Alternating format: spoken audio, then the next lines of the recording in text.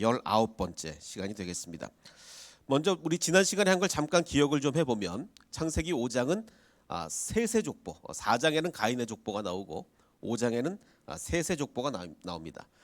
근데 이 셋의 족보가 쫙 나올 때 이 나이에 좀 주목해서 좀 보도록 하겠습니다. 몇 살이었는지. 아담은 몇 살에 셋을 낳았냐면 130세에 셋을 낳았습니다.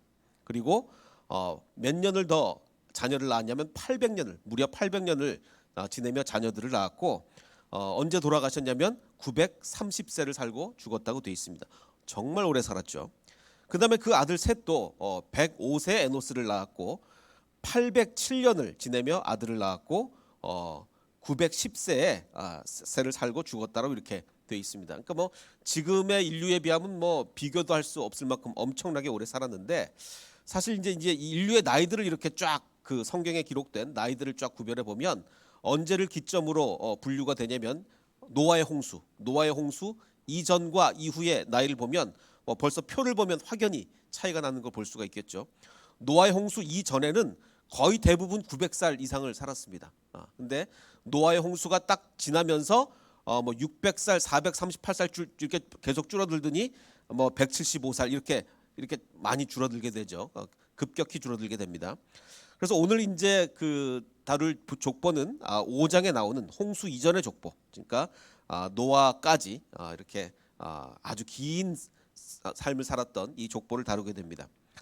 자, 그럼 이제 우리가 이제 고민되는 것이 900살을 넘게 살았다고 하는데 이 900살 이상 살았던 기록을 우리가 어떻게 믿을 수 있을 것인가에 이제 고민을 하지 않을 수가 없겠죠. 우리 이분을 아마 많이들 아실 겁니다. 이상구 박사님. 근데 제가 아까 오늘 설교하기 전에 우리 젊은 우리 교육자님들한테 이상구 박사님을 아느냐? 아무도 모르더라고요. 우리 젊으신 분들이. 이렇게 저랑 세대 차이가 나는지 아마 우리 많은 교인들은 아마 이상구 박사 우리 이제 엔돌핀을 이제 설명을 하면서 건강 강의했던 거 많이 기억을 하실 텐데 이분이 우리가 다 잘 알기로는 안식교 교인이었습니다. 안식일교 정통 교단이 아니고 안식일교 교인이었는데 2018년 10월 그러니까 얼마 안 됐죠. 2018년에 이분이 안식교를 떠나셨어요.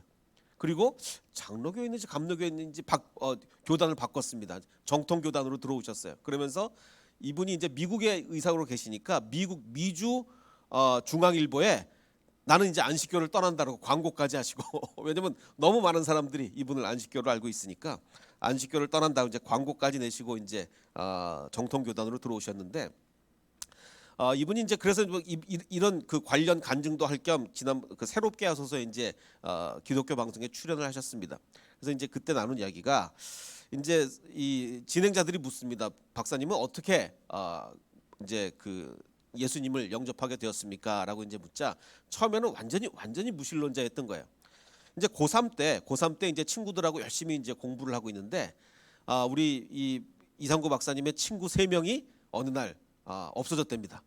어디로 갔나 봤더니 통일교에 빠진 거예요. 통일교.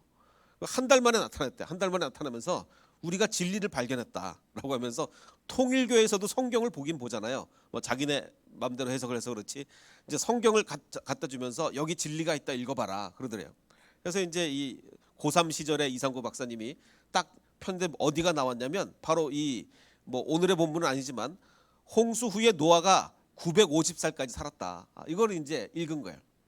그러면서 이게 말이 되냐? 어떻게 사람이 950살 산다는 게 이게 말도 안 되는 얘기를 니네들은 어떻게 그런 어리석게 믿을 수가 있느냐? 그러면서 성경책을 쓰레기통에 집어 던졌답니다. 이게 고3 때예요. 그리고 이제 친구들은 계속 그 통일교로 가게 됐고, 그리고 이제 이상구 박사님은 이제 뭐 미국으로 가서 의사가 되고 뭐 의사가 돼가지고 엄청나게 돈을 많이 버는 거예요. 그 알레르기 쪽에 그 엘러지 쪽 전공을 하신 것 같은데. 뭐 캘리포니아에 계시니 엘러지 환자도 많았을 거고, 그러니까 뭐 돈을 어마어마하게 벌었던 거예요. 그래서 이제 굉장히 뭐 행복한 삶을 살았답니다. 뭐 정말 뭐 하나 부족할 것 없는 너무너무 행복한 삶을 살다가 어느 날 이분한테 그때 당시에 아마 본인도 이거를 잘 모르셨던 것 같은데 공황 장애가 온 거예요. 그러니까 내가 이러다 암에 걸리면 어떡하지? 내가 이러다 뭐 어떻게 사고로 죽으면 어떡하지? 내가 이렇게 좋은 걸 잘 이루고 이렇게 잘 살고 있는데 암에 걸리면 이거 다 끝나는 거 아닌가? 이런 막 공포감이 막 밀려오더라는 거예요. 그래서 정말 하루하루가 너무 불안하고 너무 괴로워서 살 수가 없다는 거죠.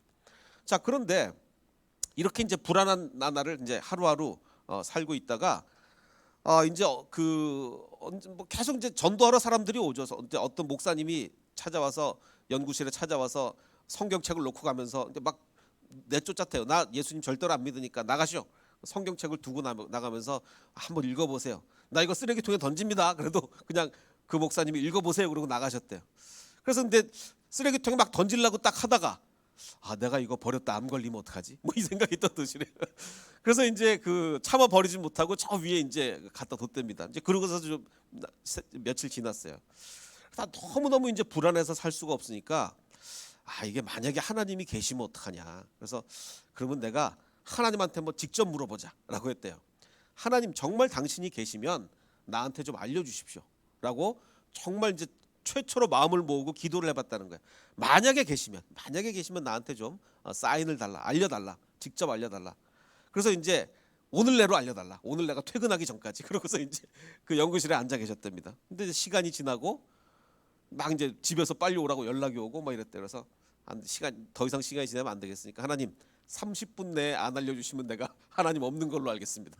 그래서 시간이 지났어요. 10분 지나고 20분, 25분, 30분이 됐어요. 아무 일도 없었어요.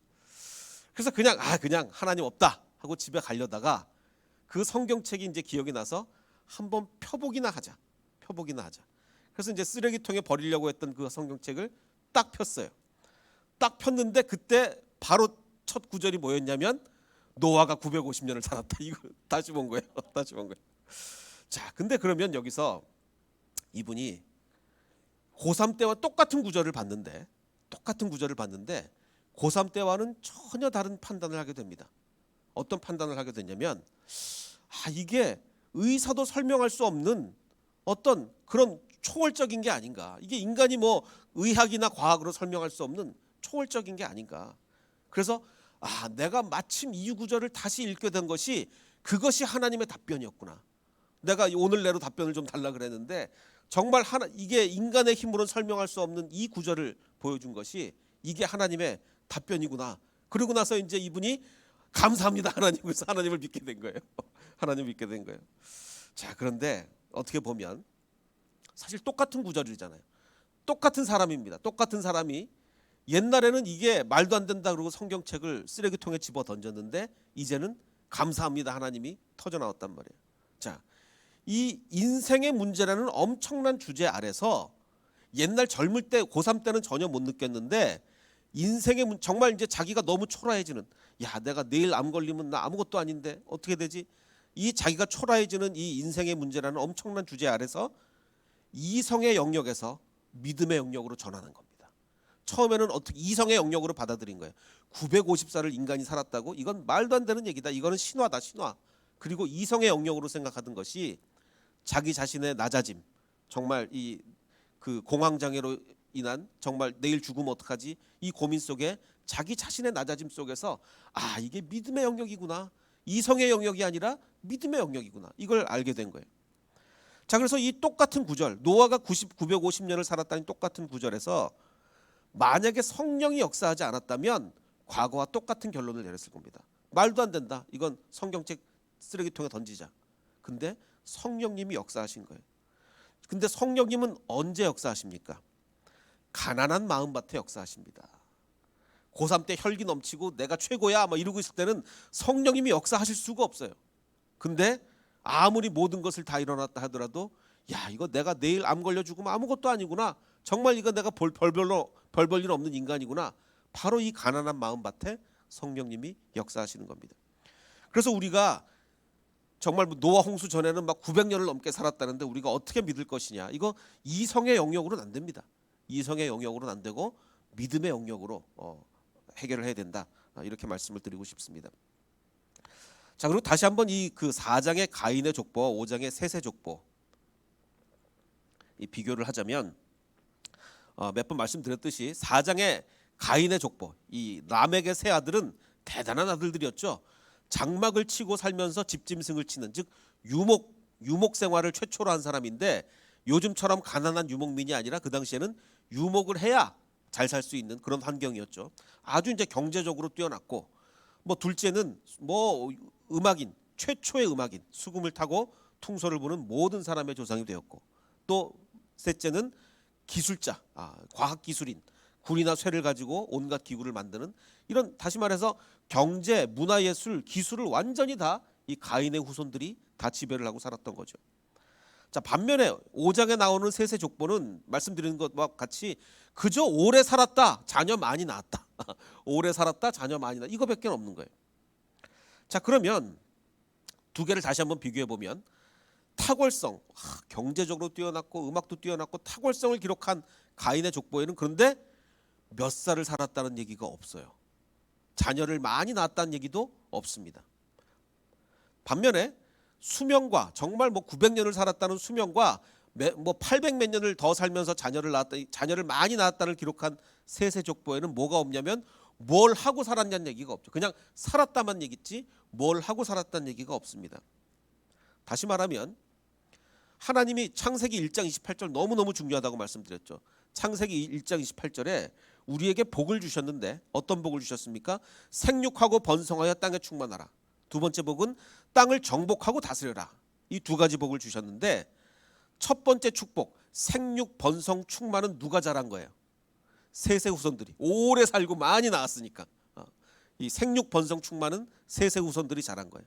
근데 정복하고 다스리는 일, 뭐 문화적 발전, 경제 발전, 과학기술의 발전 누가 했냐면 가인의 후손들이 했단 말이에요. 각각 다른 걸 하게 된 거예요. 자, 그런데 이제 여기서 이제 중요한 질문이 하나 나옵니다. 어떤 질문이냐면 이 셋의 후손들은 왜 낳고 살고 죽기만 했을까? 낳고 몇 년을 더 살고 몇 살에 죽었다. 왜 셋의 후손들은 낳고 살고 죽기만 했을까를 제가 이제 이거를 설교 시간에 어떻게 설명을 할까라고 굉장히 고민을 했습니다. 이거를 어떤 식으로 설명을 해야지 하고 이제 고민하고 있는데 마침 얼마 전에 그 저희 집사님 한 분한테 이런 카톡을 받았어요. 영화 설교로 재심이라는 영화를 추천합니다. 이제 뭐 사실 여러분들이 이제 제가 영화 설교를 가끔 하니까 이 영화를 해주세요, 이 영화를 해주세요 이제 추천하는 분들이 많은데 이게 설교 주제랑 딱 맞아요. 아무리 좋은 영화라도 주제랑 안 맞으면 못 하는데 마침 또 이 집사님이 재심이라는 영화로 영화 설교를 해보면 그 추천합니다 이렇게 했을 때 제 머릿속에 옳거니 그런 생각이 딱, 왜냐하면 제가 이때까지 뭐 그 보지는 않았어요. 보지는 않았지만 대충 어떤 내용이다 이제 알고는 있었는데 그 영화로 하면 오늘 설명을 잘 할 수 있겠다라는 생각이 얼른 들어가지고 지난 주간에 얼른 이제 이 영화를 봤습니다. 이 영화를 봤는데 뭐 아마 보신 분도 많이 계실 겁니다. 우리 젊은 분들 이상구 박사님은 몰라도 이 영화는 많이 봤죠. 그러니까 이 재심이라는 영화가 어떤 영화냐면 이 익산에 있는 약촌 오거리 택시기사 살인 사건입니다. 요즘은 익산이 정읍으로 바뀌었죠? 아닌가? 아니 바뀐 게 익산인가? 이리에서 익산으로 바뀌었죠. 맞아요. 옛날엔 이리시였다가 요즘 익산으로 이름이 바뀐 건데 그 택시기사 살인 사건을 다룬 영화입니다. 근데 이제 당시 15세의 청소년이 어린 소년이 범인으로 지목돼서 무려 10년간 수감 생활을 했어요. 이제 살인범으로 이제 지목이 돼서 10년간 수감 생활을 하게 되는데 이것이 잘못됐다라고 해서 재심을 청구하는 이제 그런 영화입니다. 그래서 이제 그 유명한 재심 전문 변호사 박준영 변호사가 요즘 가끔 신문에 잘 나오는데 이분은 여러 이런 재심을 많이 다뤘죠. 그래서 이분을 영화화하는데 이제 그 배우가 해야 될 거 아닙니까? 배우가. 근데 이 박준영 전도사가 자기랑 닮았다고 주장하는 자기랑 매우 닮았다고 주장하는 이렇게 잘생긴 배우가 이제 이 영화를 맡았습니다. 차이가 많이 나죠. 근데 우리 서운교 형제 닮은 것 같기도 하고 이 배우가 그렇지 않습니까? 예. 어쨌든 이제 이 변호사는 우리 배우가 나랑 닮았다라고 주장하는데 사실은 차이가 많이 나는데 제가 이 얘기를 왜 드리냐? 이 두 분의 생긴 거 다른 것만큼 더 뭐가 다르냐면 스토리가 영화를 위해서 너무나 양념을 많이 쳤어요. 그래서 제가 영화를 보고 나서 이 사건을 딱 조사를 해보니까 이게 좀 많이 달라요. 영화가 흥행을 위해서 너무 양념을 많이 친 거예요. 그래서 영화 위주보다는 실제 사건 위주로 좀 말씀을 드리겠습니다. 실제 사건을 보면 2000년 8월 10일 새벽 2시경에 있었던 사건입니다. 여기가 약촌 오거리, 굉장히 큰 오거리인 것 같아요. 여기서 이제 사고가 났는데 그때 당시 15살이던 그러니까 집안이 아주 어려웠던 그 소년이죠. 15살이었던 소년이 뭘 하고 살았냐면 학교도 안 가고 이제 다방에서 배달을 하면서 이제 살았던 아주 가난한 소년이었어요. 근데 이제 새벽 2시에 퇴근하면서 어머니랑 이제 통화를 합니다. 통화 기록도 남아 있고 당연히. 그래서 어머니랑 이제 어머니가 뭐 빨리 와라 뭐 이런 얘기를 하는데 통화를 하다가 뭐 이렇게 하다가 이제 어떤 사람이 서 있길래 미처 피하지 못하고 해서 오토바이가 넘어졌습니다. 그래서 봤더니 어떤 사람이 있는데 이 사람은 누구였냐면 저 뒤에 있는 택시 강도로 사람을 죽이고 도망가던 참이었어요. 근데 이 오토바이를 타고 가다가 이 사람에 피하려다 넘어진 거예요. 자, 그리고 이제 이 진범은 도망을 갑니다. 진범은 도망을 가고 이 오토바이를 타던 15살 소년이 경찰에 신고를 합니다. 택시에 사람이 죽었습니다. 신고를 했는데 엉뚱하게도 이제 경찰들은 이 소년을 범인으로 몹니다. 빨리 범인을 잡아야 되니까 범인으로 모르는데 어디 가서 취조를 하느냐? 여관방으로 데려갑니다. 왜냐하면 경찰서로 데려가면 폭행을 못 하잖아요. 고문을 못 하니까 여관방으로 데려가서 고문을 합니다. 막 엄청나게 폭행을 해요. 막 보고 있기가 처참할 정도로 막 왜냐하면 살인범이라고 부르라 그러는데 안 부니까 뭐 당연히 어떻게 자기가 살인범이라고 얘기를 하겠어요. 근데 네가 살인한 거 맞지? 그러면서 엄청나게 이제 폭행을 합니다. 15살짜리를. 그러면서 계속 끝내 부인을 하는데 그 어떻게 몰아가려 그랬냐면 이 오토바이 안에 뚜껑을 열면 이제 공구함이 있는데 거기 있던 칼하고 이 사람을 찌른 그 칼하고 같다고 이렇게 하려고 그랬는데 보니까 칼 크기가 너무 차이 나는 거예요. 실제로 이 택시 운전수가 찔린 칼은 큰 칼인데 이 오토바이에 있던 칼은 과도란 말이죠. 그러니까 뭐 말이 안 되니까 그래서 칼을 어디서 하나 찾아옵니다. 그래서 이거다 그러면서 이제 덮어 씌우는 거죠. 증거까지 조작해 가면서 이 사람을 이 학생도 아니죠. 15살 학교도 못 다니던 이 가난한 청년을 범인으로 몰았습니다. 그래서 결국 10년의 징역을 선고받고 감옥살이를 하고 있었어요. 자, 그런데 이제 여긴 익산이었는데 그 근처에 있는 군산 경찰서에 3년 뒤에 첩보가 하나 들어옵니다. 진짜 범인이 따로 있다. 진짜 범인이 자기가 죽였다고 떠들고 다닌다. 이런 이제 첩보가 입수가 됐어요. 그러니까 실제 인물은 여기 황상만 반장이라는 실제 인물입니다. 그래서 실제 이 형사님이 대단한 분이에요. 정말 불이익을 감수하고 수사를 하는데 수사를 해보니 실제로 범인들을 잡아보니 아주 순순히 고백을 합니다. 뭐 자기가 다 떠벌리고 다녔으니 네 맞습니다. 내가 죽였습니다라고 이제 그리고 이 진술뿐만 아니라 모든 게 다 맞았더래요. 그래서 이제 이 형사 반장님이 자기 심경을 고백했는데 사실 이게 큰 문제입니다. 왜냐하면 이미 실형을 선고받고 감방을 살고 있는데 진범이 다른 데서 나왔다 그러니 그거 수사한 사람, 재판한 사람, 검사 뭐 줄줄이 큰일 나잖아요. 그래서 이제 자기 심경을 고백하는 거예요. 그때 당시 형사 수첩에 이렇게 썼습니다.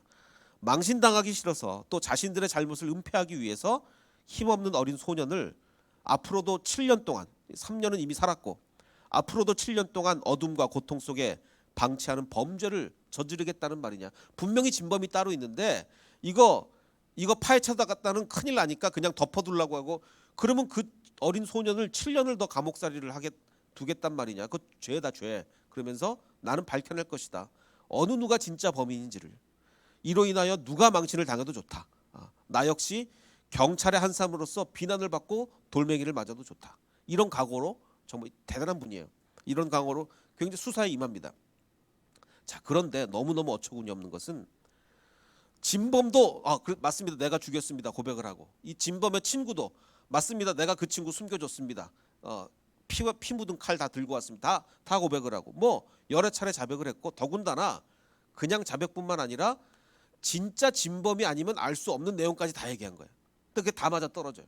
그럼 이건 보나마나 이 사람이 진범인 거예요. 보나마나. 왜냐 그리고 사실 그 전에 15살 그 소년을 기소할 때 사건 기록을 자세히만 보면 이거 완전 엉터리라는 거를 분명히 알 수 있는 거거든요. 사건 기록만. 근데 검사도 대충 해서 그냥 기소시켜 버렸고 판사도 저 학교도 안 다니는 놈, 다방에서 배달하는 놈 그러면서 사건 기록 제대로 안 보고 그냥 10년형을 내려버린 거예요.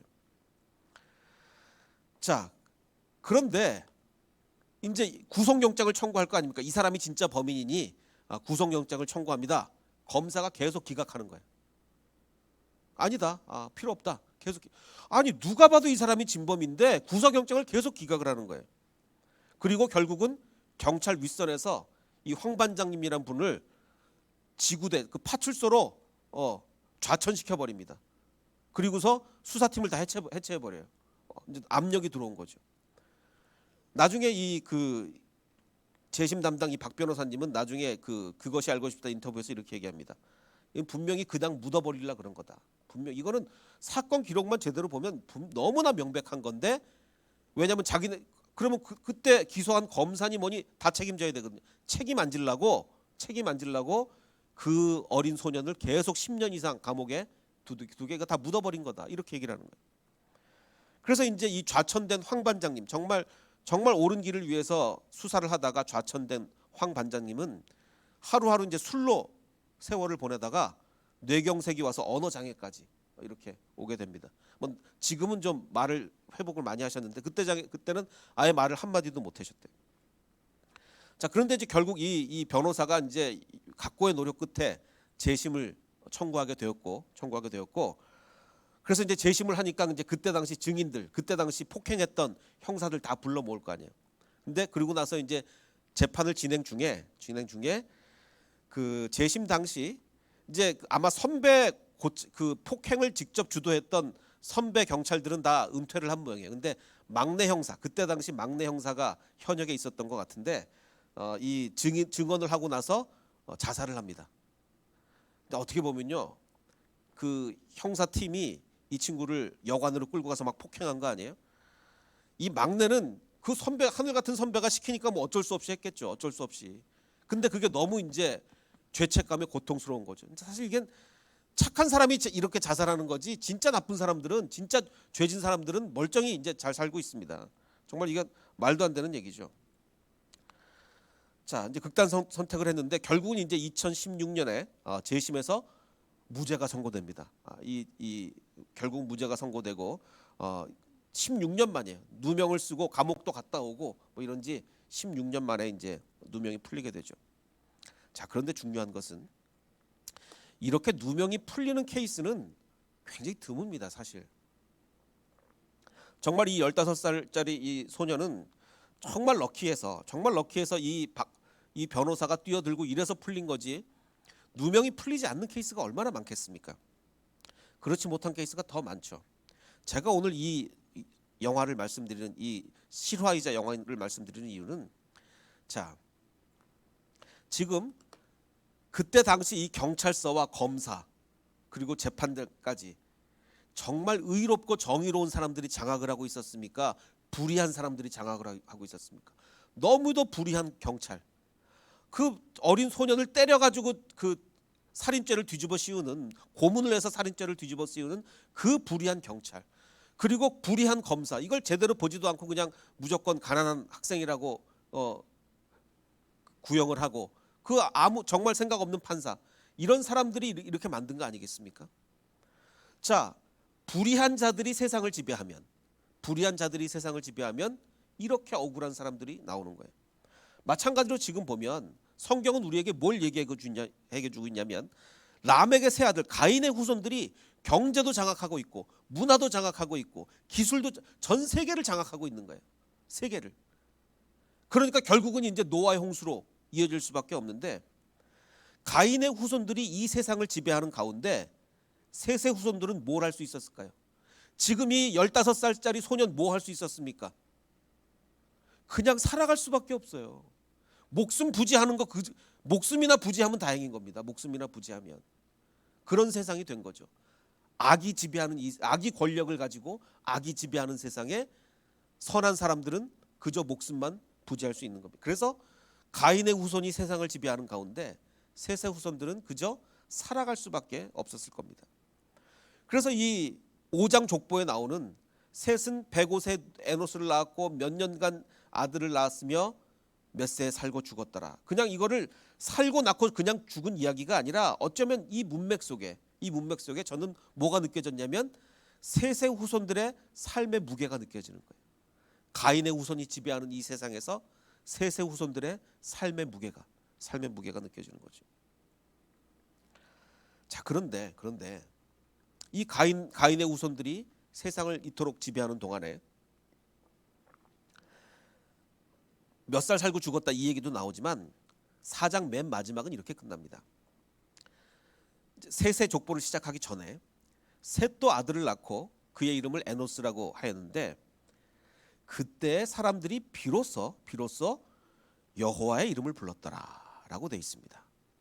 자, 비로소 여호와의 이름을 불렀다. 이게 무슨 얘기일까?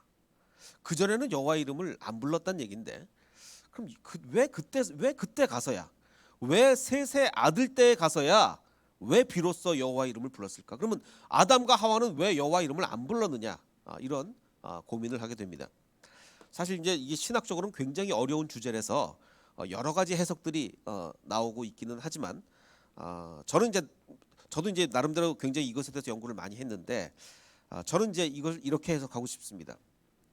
이게 어떤 해석이냐면 우리가 이제 하나님의 이름이라고 얘기할 때 엘로힘을 많이 얘기하고 또 여호와 혹은 야훼 이렇게 크게 두 가지를 많이 얘기합니다.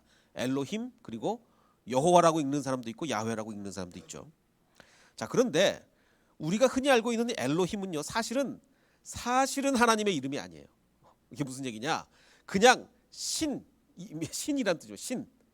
엘로힘 복수니까 신들이란 뜻인데 이거를 번역하면 그걸 우리의 하나님께 부를 때는 하나님이라고 부르는 거고, 그러니까 영어로 대문자 가시 되는 거고, 다른 신을 부를 때는 똑같이 엘로힘이지만 소문자 가시 되는 거예요. 그러니까 하나님일 수도 있고 그냥 신이니까 하나님일 수도 있고 심지어는 우상일 수도 있는 거예요. 예를 들면 십계명에서 9절에서 출애굽기에 너는 나 외에는 다른 신들을 내게 두지 말라라고 할 때 다른 엘로힘들을 내게 두지 말라. 그러니까 엘로힘은 하나님의 이름이 아니에요. 그냥 신이라는 뜻입니다. 신. 또 그 뒤에 가서 은이나 금으로 너희를 위하여 한국말 번역에는 신상을 만들지 마라. 신상. 근데 이것도 엘로힘이에요. 엘로힘을 만들지 말라. 그러니까 우리가 너무나 잘못 생각하고 있는 게 엘로힘은 하나님의 이름입니다. 아니, 절대 하나님 이름 아니에요. 그냥 신이란 뜻입니다. 신. 그러니까 엘로힘이라는 얘기는 신이시여라는 얘기랑 똑같은 얘기예요. 근데 이제 우리가 번역을 할 때 하나님으로 이제 한국말로 이렇게 번역을 한 거죠. 그러니까 정확하게 따지면 하나님의 이름이 아니고 호칭입니다. 호칭. 예를 들어서 목사님 그러면은 우리 교회 강 목사님도 있고 저도 있고 그러면 목사님 그러면 제 이름이 아니잖아요. 그건 유이키가 제 이름이고 강은규가 목사님 이름이지 목사님 그러면 호칭이잖아요. 마찬가지로 엘로힘이라고 하면 호칭이라 하나님 이름이 아니에요. 자, 근데 하나님의 이름은 뭐냐? 유일한 이름, 하나님만 가지고 있는 이름, 여호와 혹은 야훼, 바로 이거죠. 이게 하나님의 고유한 이름인 거예요.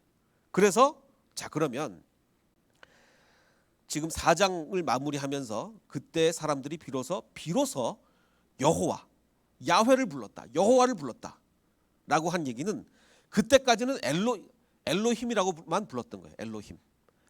아담도 그렇고 하와도 그렇고 셋도 그렇고 엘로힘이라고만 부르다가 셋의 아들 때에 가서 비로소 여호와, 야훼라고 불렀다는 것입니다.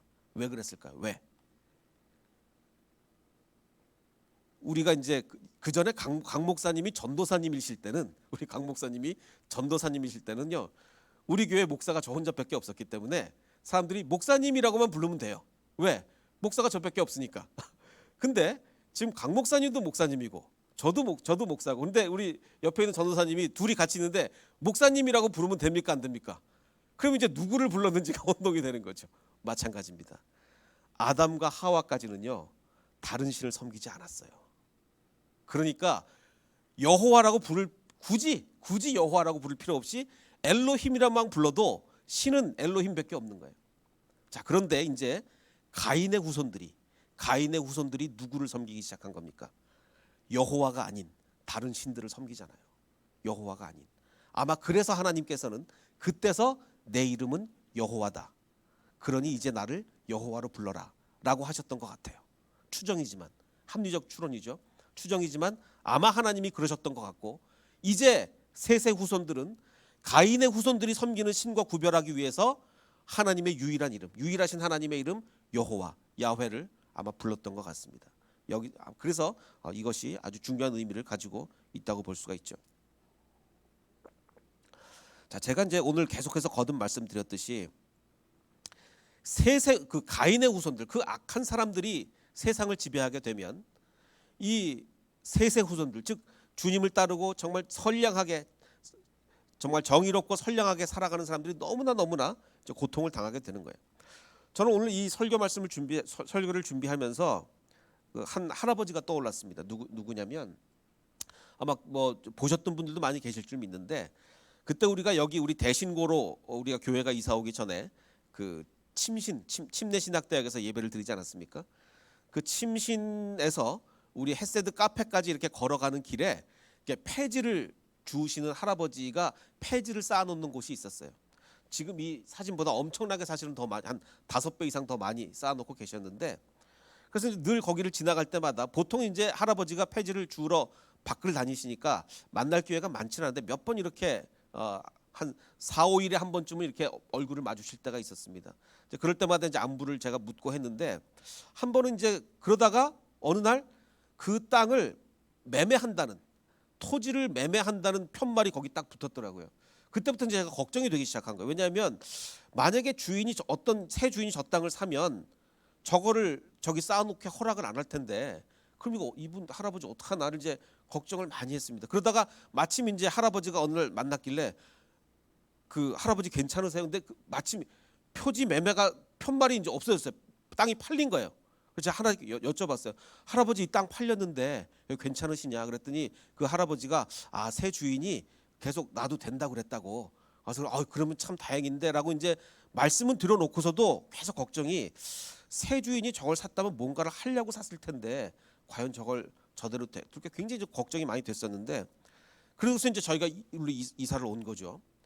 그래서 이제 오늘 말씀을 준비하다가 그 할아버지가 아직 거기다 저걸 쓸 수 있나를 이제 걱정을 하다가, 우리 그러면 그때 어제 저녁이어서 우리 교육자한테 누가 가서 좀 땅을 좀 보라고 그럴까 하다가 마침 또 지금 교육자들이 다 침신대 근처에 살다 딴 데로 이사를 가가지고, 그래서 고민하다가 저기 구글 스트리트 맵이 있잖아요. 그래서 찾아가지고 지금 여기가 제대로 이 할아버지가 폐지를 쌓아놓고 계신가를 봤더니 그때보다 안타깝게 한 5분의 1로 줄었어요.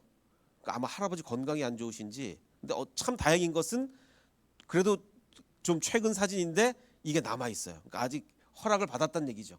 그 진짜로 그 땅 주인의 허락을 받았다는 얘기인데, 그래서 이제 뭐 다른 사진도 찍어 보니까 이렇게 있더라고요. 제가 이 말씀을 드리는 이유는, 만약에 땅 주인이 가인의 후손이면 이거 허락하겠습니까? 가인의 후손이면요, 그러니까 누가 주도권을, 지금 세상의 주도권을, 가인의 후손이 주도권을 잡는 세상에서는요 이런 거 허락 안 해줍니다. 허락 안 해줘요. 왜냐? 자기한테 아무리 손해나는 거 없어도 지저분해 보이고 싫으니까 허락 안 해줘요. 그런데 셋의 후손이 주도권을 잡으면, 셋의 후손이 그 땅을 소유했다면 허락해 주겠죠. 할아버지 하시라고 허락해 주겠죠.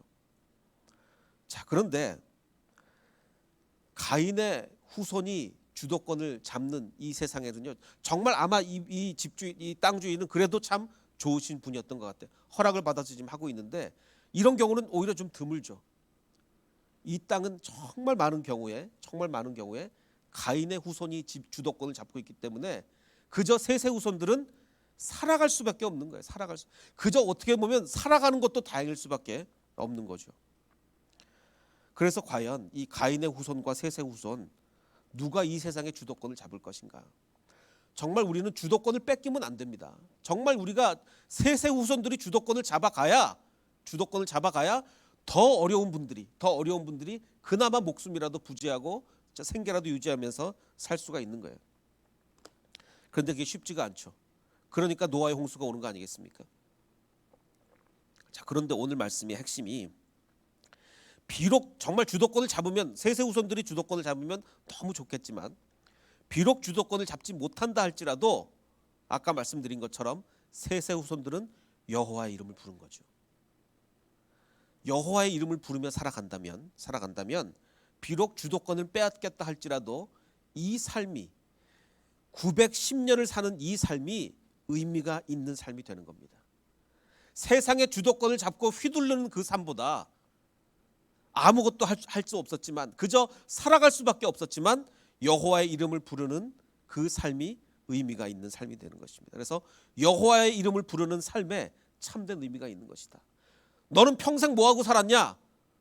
저 아무것도 못했습니다. 뭐 이룬 게 하나도 없습니다. 그런데 여호와의 이름을 부르고 살았습니다. 그 삶에 의미가 있는 것입니다. 그래서 오늘은 우리가 교회가 가장 중요한 게 뭡니까? 예배입니다. 하나님을 이름을 부르는 예배가 가장 중요한 거예요. 그래서 우리는 우리의 삶이 아무리 이룬 것이 없고 아무리 힘든다 할지라도 여호와의 이름을 부르는 그것에 의미를 두는 저와 여러분이 되시기를 주님의 이름으로 축원합니다. 그래서 우리 아까 불렀던 찬양 주를 위한 이곳에, 주님을 위한 이곳입니다. 예배하는 자들 중에 주님께서는 찾으십니다. 진짜 나의 이름을 부르는 이가 누군가. 정말 우리가 예배 드린다고 나와놓고도 정말 딴 생각하고 있는 거 아닌가? 교회는 무엇을 위해서 모이는 곳입니까? 예배를 위해서 모이는 겁니다. 우리가 선교 왜 합니까? 하나님을 예배하지 않던 자들이 예배하게 하기 위해서 선교하는 거 아닙니까? 우리가 구제 왜 합니까? 그들도 하나님을 알게 하기 위해서 하는 거 아니겠습니까? 우리 교회가 하는 모든 일이 예배를 위한 거예요. 예배를. 정말 우리가 정말 예배 잘 드리고 있는가? 정말 진심으로 여호와 이름을 부르고 있는가?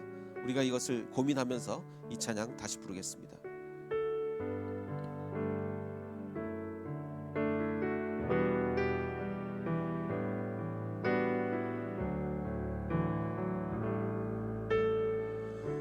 주를 위한 이곳에 예배하는 자들 중에 그가 찾는 이 없어 주님께서 슬퍼하시네.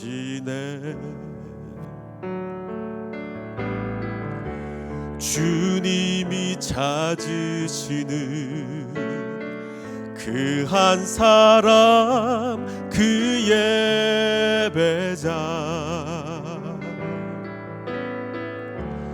내가 그 사람 되기 간절히 주께 예배하네. 주대로 이곳에 서 있네. 주 임재에 엎드려 절하네.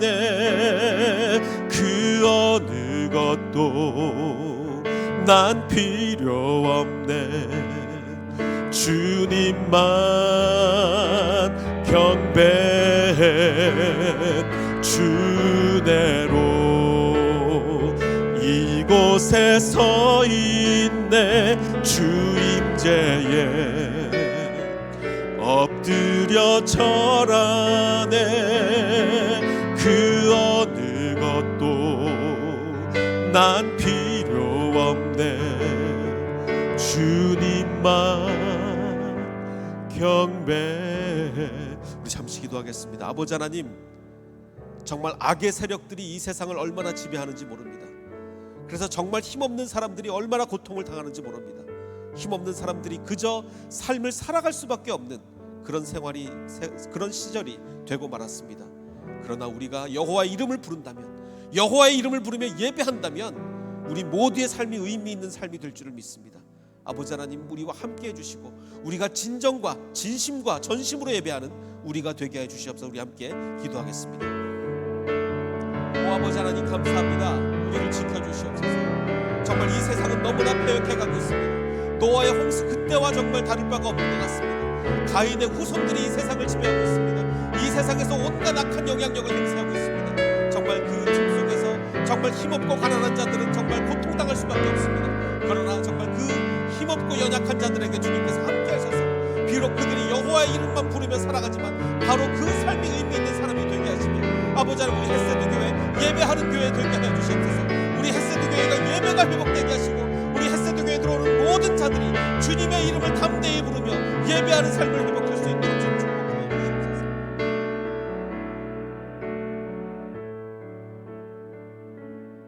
함께 일어나 고백합니다. 아버지 하나님, 예배하는 삶 회복하게 해 주시옵소서. 함께 일어나 고백하며 찬양하겠습니다.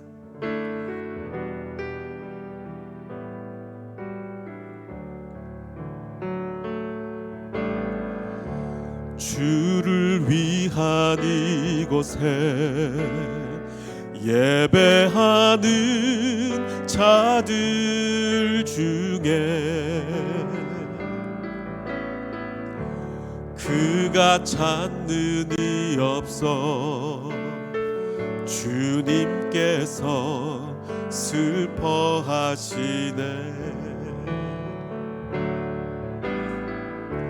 주님이 찾으시는 그 한 사람, 그 예배자,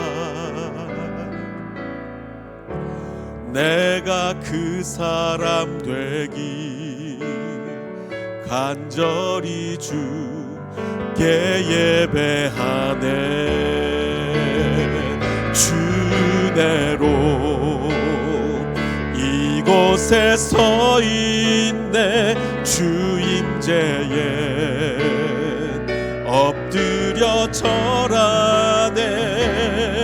그 어느 것도 난 필요 없네. 주님만 경배해. 주대로 이곳에 서 있네. 주 임재에 엎드려 절하네. 그 어느 것도 난 필요 없네. 주님만 경배해. 아버지 하나님, 감사합니다. 우리로 하여금 예배케 하시니 감사합니다. 우리의 삶을 평가하게 될 때 아무것도 이룬 것 없이 그냥 하루하루 살았을지도 모릅니다. 그러나 우리가 주님을 예배했다면, 주님의 이름을 불렀다면 바로 그 삶이 가치 있는 삶임을 믿습니다. 아버지 하나님, 우리 교회가 또 우리 가정이 예배가 회복되는 교회와 가정 되게 하시고 예배의 기쁨 속에 살아가는 우리가 되게 하여 주시옵소서. 이제는 우리 구주 예수 그리스도의 은혜와 아버지 하나님의 무한하신 사랑과 성령님의 감화 감동 충만하게 역사해 주심이 예배를 회복하기를 원하는 이 자리에 모인 모든 백성들 머리 위에, 그리고 인터넷으로 예배하는 모든 백성들 머리 위에 이제로부터 영원토록 함께 하시기를 간절히 축원하옵나이다.